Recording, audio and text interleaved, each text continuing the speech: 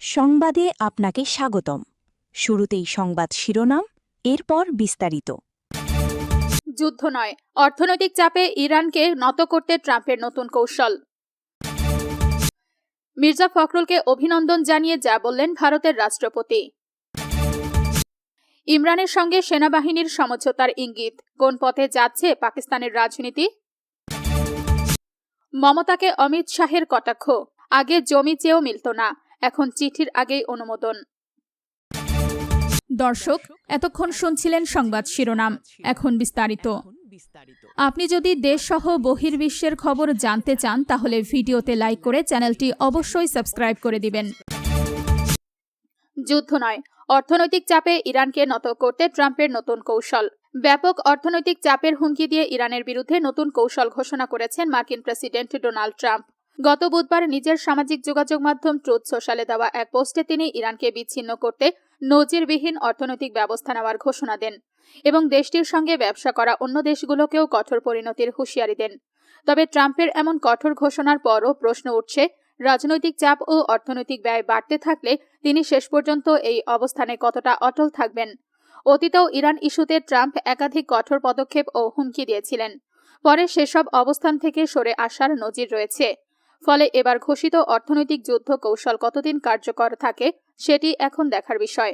বোমা বর্ষণ করে ইরানকে আত্মসমর্পণে বাধ্য করতে কিংবা সমঝোতা স্মারকের মাধ্যমে তাদের সাথে পারমাণবিক আলোচনায় বসতে ব্যর্থ হওয়ার পর ট্রাম্পের এই নতুন কৌশলকে নিজেদের মুখ রক্ষার একটি চেষ্টা হিসেবে দেখা হচ্ছে। ট্রাম্প প্রশাসনের পক্ষ থেকে রাজনৈতিক মিত্রদের জানানো হয়েছে যে ইরানের সাথে সব ধরনের আলোচনা বন্ধ করা হয়েছে।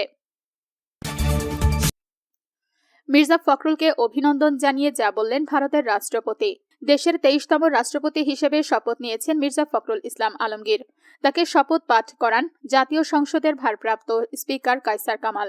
রাষ্ট্রপতিকে অভিনন্দন জানিয়েছেন ভারতের রাষ্ট্রপতি দ্রৌপদী মুর্মু। প্রতিবেশী দেশের রাষ্ট্রপতি জানান, বাংলাদেশের রাষ্ট্রপতি মির্জা ফখরুল ইসলাম আলমগীরের সঙ্গে কাজ করার জন্য উন্মুখ হয়ে আছেন তিনি। শুক্রবার 21 আগস্ট বঙ্গভবনে নবনির্বাচিত রাষ্ট্রপতির শপথ গ্রহণ অনুষ্ঠানের পর ভারতের রাষ্ট্রপতির পক্ষ থেকে এক বিবৃতিতে এই অভিনন্দন জানানো হয়। বিবৃতিটি প্রকাশ করা হয়ে ঢাকাস্থ ভারতীয় হাই কমিশনের ভেরিফাইড ফেসবুক পেজে।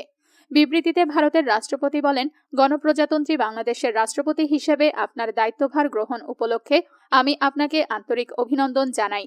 আমি নিশ্চিত যে আপনার দীর্ঘ জনজীবন ও রাজনৈতিক নেতৃত্বের অভিজ্ঞতা বাংলাদেশের জনগণের সেবায় একটি সফল সময়ের সূচনা করবে।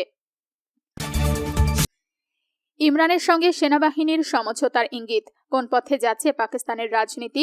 পাকিস্তানের সাবেক প্রধানমন্ত্রী ইমরান খান কারাগার থেকে মুক্তি পেলে দেশটির সামরিক বাহিনী বা সেনাপ্রধান ফিল্ড মার্শাল আসিম মুনিরের সঙ্গে নতুন করে বিরোধে জড়াবেন না বলে দাবি করেছেন তার ঘনিষ্ঠ সহযোগী ও পাকিস্তান তেহরিক-ই-ইনসাফের মুখপাত্র জুলফিকার বুখারী।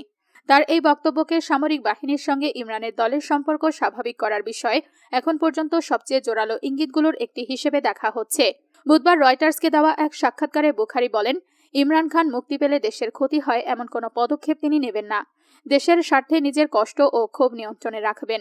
তিনি বলেন, এর অর্থ এই নয় যে আপনি সামরিক নেতৃত্বের সঙ্গে সংঘাতে যাবেন। নিজের কষ্ট নিয়ন্ত্রণ করতে হবে, নিজের যন্ত্রণা দমন করতে হবে এবং দেশের কল্যাণের জন্য তা মেনে নিতে হবে। তার এই বক্তব্য এমন এক সময়ে এলো যখন পাকিস্তানের সুপ্রিম কোর্ট ইমরান খানকে চিকিৎসার জন্য কারাগার থেকে একটি হাসপাতালে স্থানান্তরের নির্দেশ দিয়েছেন। আদালতের এই সিদ্ধান্তকে পাকিস্তানের রাজনীতিতে ইমরান ও সামরিক বাহিনীর দীর্ঘদিনের টানাপোড়েন কমানোর সম্ভাব্য একটি পদক্ষেপ হিসেবে দেখছেন বিশ্লেষকেরা। মমতাকে অমিত শাহের কটাক্ষ, আগে জমি চেয়েও মিলত না, এখন চিঠির আগেই অনুমোদন। সীমান্ত নিরাপত্তা জোরদারে রাজ্য সরকারের সহযোগিতার প্রসঙ্গ তুঙ্গে পশ্চিমবঙ্গের সাবেক মুখ্যমন্ত্রী মমতা বন্দ্যোপাধ্যায়কে কড়া ভাষায় আক্রমণ করেছেন ভারতের কেন্দ্রীয় স্বরাষ্ট্রমন্ত্রী অমিত শাহ। তার অভিযোগ, আগের সরকারকে সীমান্ত নিরাপত্তার জন্য জমি দিতে বারবার অনুরোধ করেও সাড়া পাওয়া যেত না। তবে সরকার পরিবর্তনের পর পরিস্থিতি বদলে গেছে বলে দাবি করেন তিনি। শুক্রবার 21 আগস্ট শিলিগুড়ির রানীডাঙ্গায় সশস্ত্র সীমা বলের সীমান্ত সদর দপ্তরে এক অনুষ্ঠানে এসব কথা বলেন অমিত শাহ। তিনি বলেন, সীমান্ত নিরাপত্তার মতো গুরুত্বপূর্ণ বিষয়ে রাজ্য সরকারের সহযোগিতা অত্যন্ত জরুরি। তার দাবি, আগে সীমান্ত নিরাপত্তার জন্য জমি চেয়ে দীর্ঘদিন অপেক্ষা করতে হতো। এখন কেন্দ্র থেকে চিঠি পাঠানোর আগেই রাজ্য সরকারের অনুমোদন চলে আসে। অমিত শাহের বক্তব্যে কৌশলগতভাবে গুরুত্বপূর্ণ শিলিগুড়ি করিডরের নিরাপত্তার বিষয়টিও উঠে আসে। উত্তর পূর্বাঞ্চলের সঙ্গে ভারতের মূল ভূখণ্ডের যোগাযোগের গুরুত্বপূর্ণ এই করিডরকে আরও শক্তিশালী করতে 560 একর জমির প্রয়োজন ছিল বলে জানান তিনি।